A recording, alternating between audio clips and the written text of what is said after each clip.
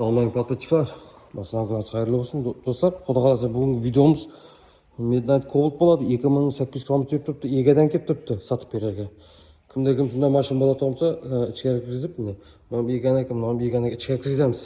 Sirtda mashinamiz turibdi, sirtga qo'ymaymiz eganaga, ichkari qo'yib, yuvib supurib, netib qo'yamiz do'stlar. Midnight laminatsiya etilgan. Yoqlab laminatsiya etilgan. Cho'tkisi sanama 2822 km turibdi do'stlar. 2025 ishlab chiqarilgan birinchi nomerda oldi turibdi do'stlar. Ne balalar markalari. Buga barter avtokredit bor. Birinchi nomer alındı mı?